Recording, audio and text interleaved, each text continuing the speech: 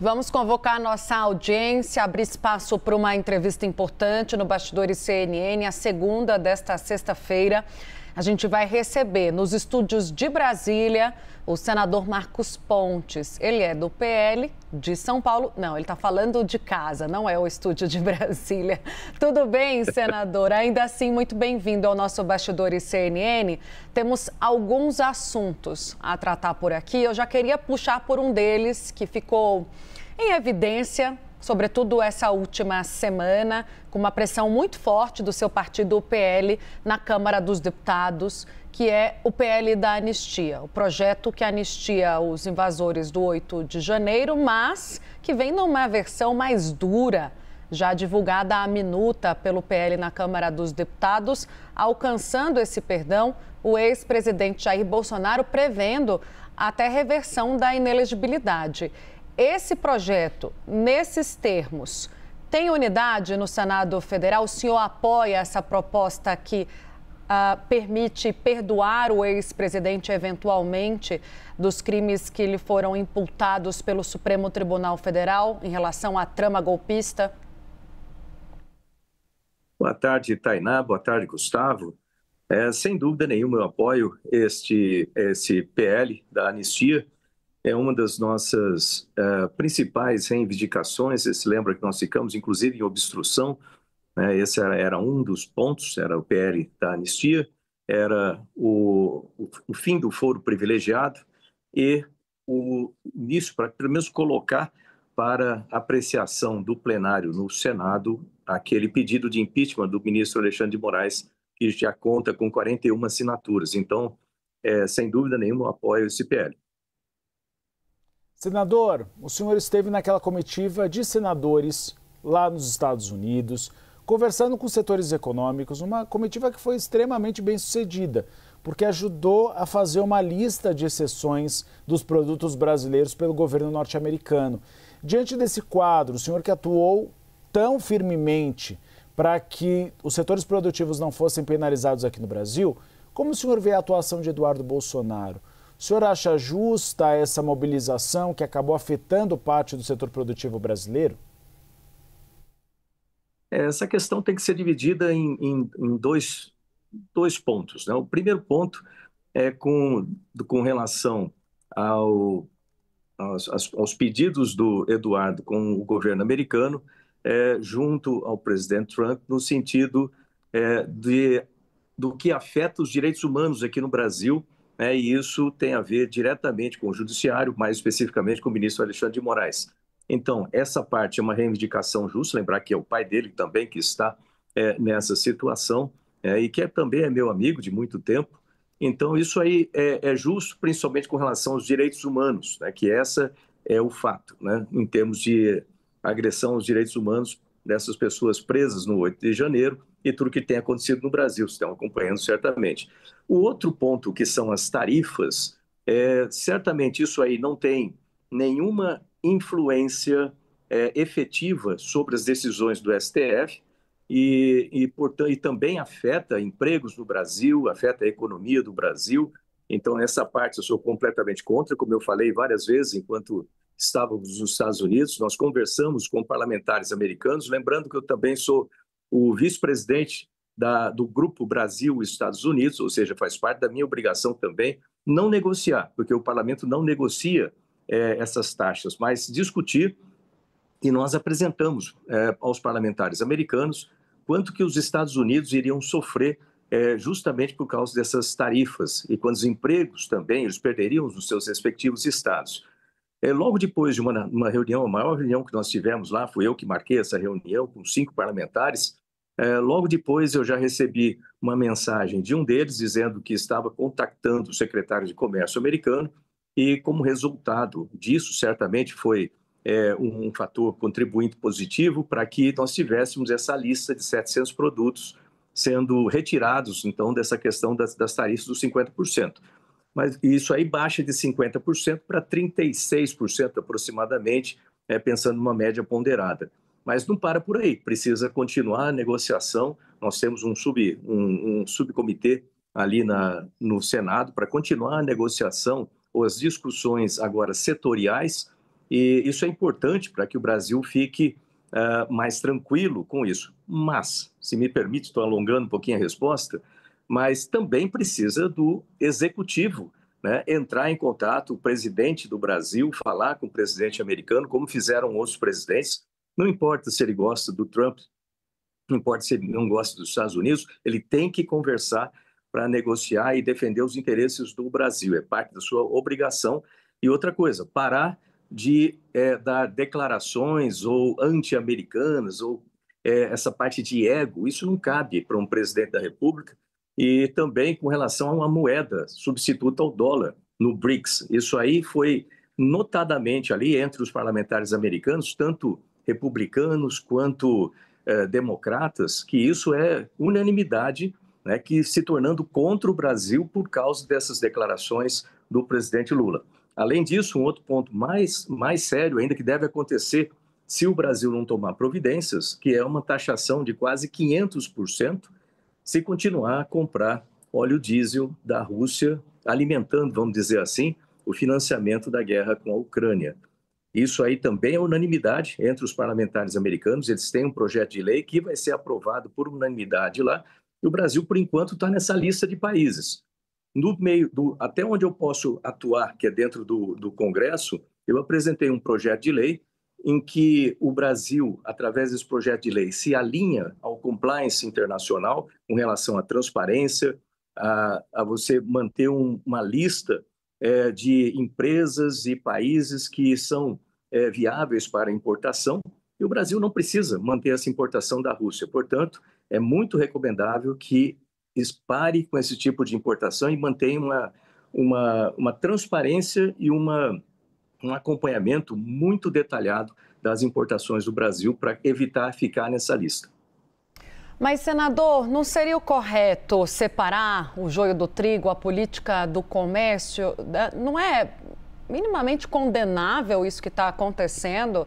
Empresários batendo a porta da Casa Branca e ouvindo, o senhor mesmo, né, também tem essa resposta de que o assunto ele tem que ser resolvido pelo Congresso Nacional. Não seria esse o caminho? Resolver vocês, congressistas, se assim quisessem, essa questão da anistia, discutir aqui como uma democracia pede junto aos presidentes das duas casas e deixar a questão do tarifaço de lado, não envolver um assunto com o outro, trabalhar para separar uma coisa da outra? É exatamente isso que eu estou falando, de separar. Tem a parte comercial, que precisa ser tratada e negociada pelo Executivo. Existe essa outra questão internacional com o presidente Trump, com os Estados Unidos, com relação a excessos em termos de direitos humanos que têm sido cometidos no Brasil. Isso é uma questão deles, inclusive a Magnitsky, que é uma prerrogativa, né, do governo americano, eles que aplicam isso. E a questão da anistia é prerrogativa do Senado, do Congresso como um todo, ou seja, precisa ser definida pelo Congresso, aprovada no Congresso e não pode ser modificada pelo STF. O STF não é um órgão revisor do Executivo e do Legislativo aqui no Brasil. Então, isso não existe. Portanto, precisa ser definido e votado no Congresso. Lembrar que o Congresso representa a população brasileira, cada um de nós ali representa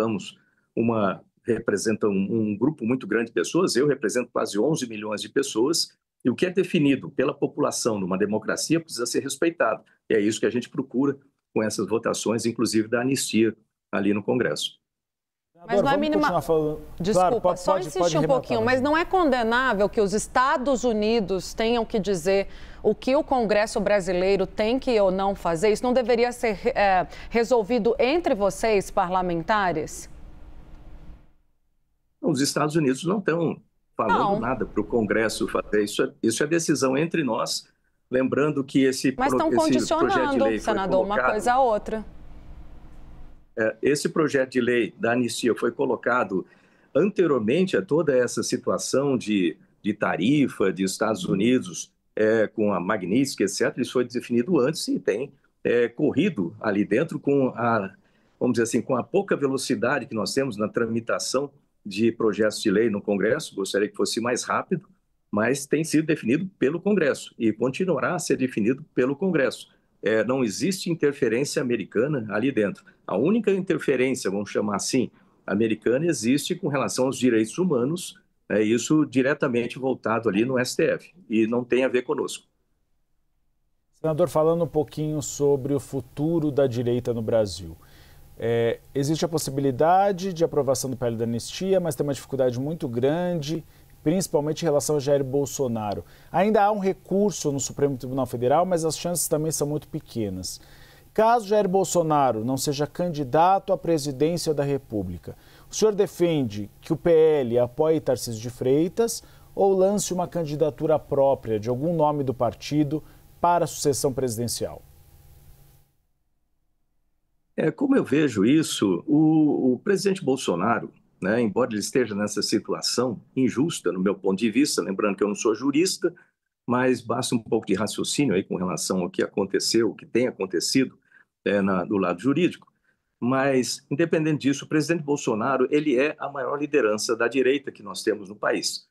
E ele é aquele que transfere muitos votos para seja lá qual candidato ele apontar e indicar para, no caso dele não poder concorrer à presidência da República, ele vai indicar um candidato e nós vamos apoiar esse candidato, né, que seja indicado pelo presidente Bolsonaro.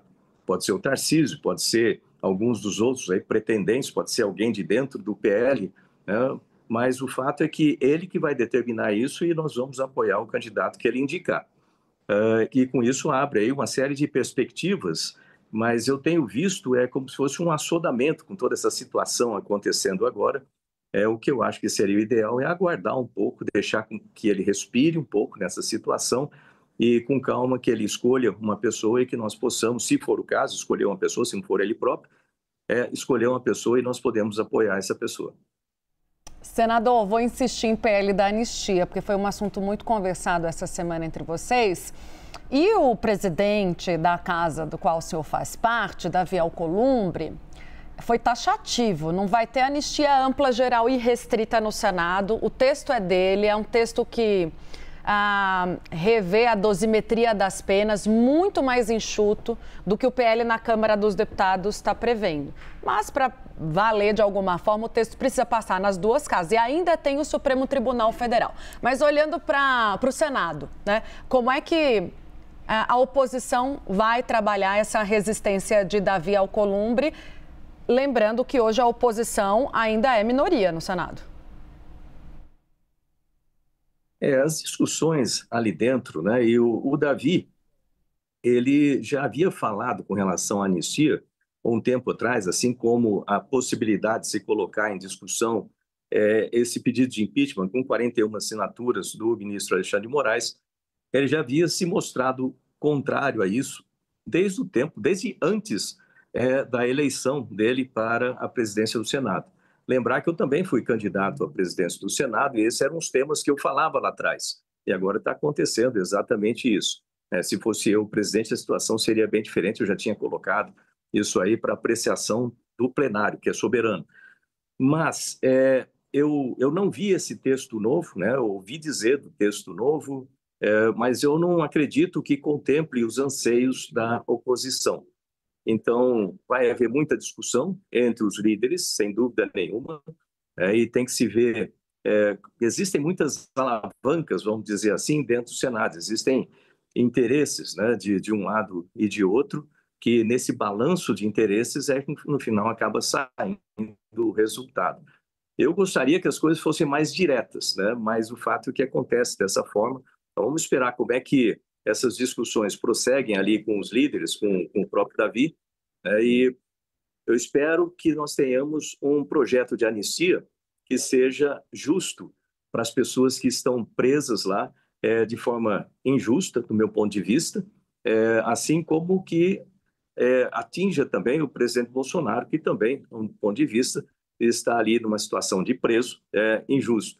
Eu deixo para os juristas discutirem os detalhes disso, mas o que nós ouvimos, por exemplo, naquela audiência com o Eduardo Tagliaferro, né, daria mais do que razão para que isso funcione, que essa anistia funcione, porque perde o objeto de tudo que está acontecendo. Vamos ver como é que isso aí prossegue. Senador, para encerrar nossa conversa, 2026, governo de São Paulo. O senhor é candidato ao Palácio dos Bandeirantes e mesmo que Tarcísio de Freitas seja candidato à reeleição, o senhor enfrentaria o atual governador de São Paulo? Não, por enquanto eu não sou candidato, não. O que acontece? Saiu uma pesquisa, né, que eu fiquei muito honrado de terem lembrado e incluído meu nome nessa pesquisa. E nessa pesquisa, o que aponta é que sem a participação do Tarcísio, supondo que ele seja o indicado por Bolsonaro para candidato à presidência da República, sem a participação dele em São Paulo, nós precisamos, obviamente, de nomes da direita, e o meu nome foi lembrado, foi colocado na pesquisa, e eu fico empatado, então, ali com no caso do Geraldo Alckmin, participar, assim como o Ricardo Nunes, né, o prefeito de São Paulo. Então, nós três ficamos empatados, e se o Geraldo Alckmin não participar, o vice-presidente, eu passaria, então, a ser o primeiro nessa pesquisa. Vamos ver como é que segue. Logicamente, eu fico à disposição, eu sou o único nome que aparece ali do PL, eu fico à disposição do partido, à disposição do Estado de São Paulo.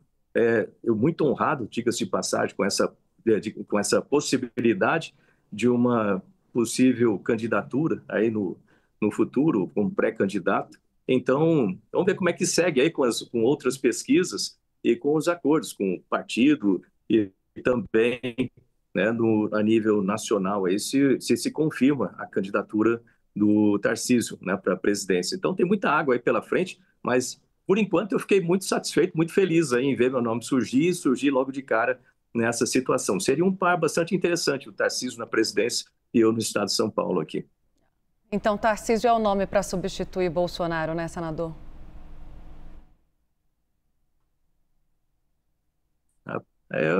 Eu gosto muito do Tarcísio. Eu não quero colocar, vamos dizer assim, o carro na frente dos bois, né? Mas tem que esperar o que o Bolsonaro decide. Mas, sem dúvida nenhuma, é uma pessoa muito competente, muito honesta e que eu acho que é uma pessoa que conseguirá liderar o nosso país da maneira correta. Obrigada. Perguntando, é claro, né, do ponto de vista do PL e da oposição. Obrigada, senador Marcos Pontes, mais uma vez conosco no Bastidores CNN, aqui falando sobre vários assuntos. Fica aqui o convite para uma próxima oportunidade. Um bom trabalho, senador. Muito obrigado, parabéns pelo trabalho, né? Contem comigo aqui. Tchau, tchau.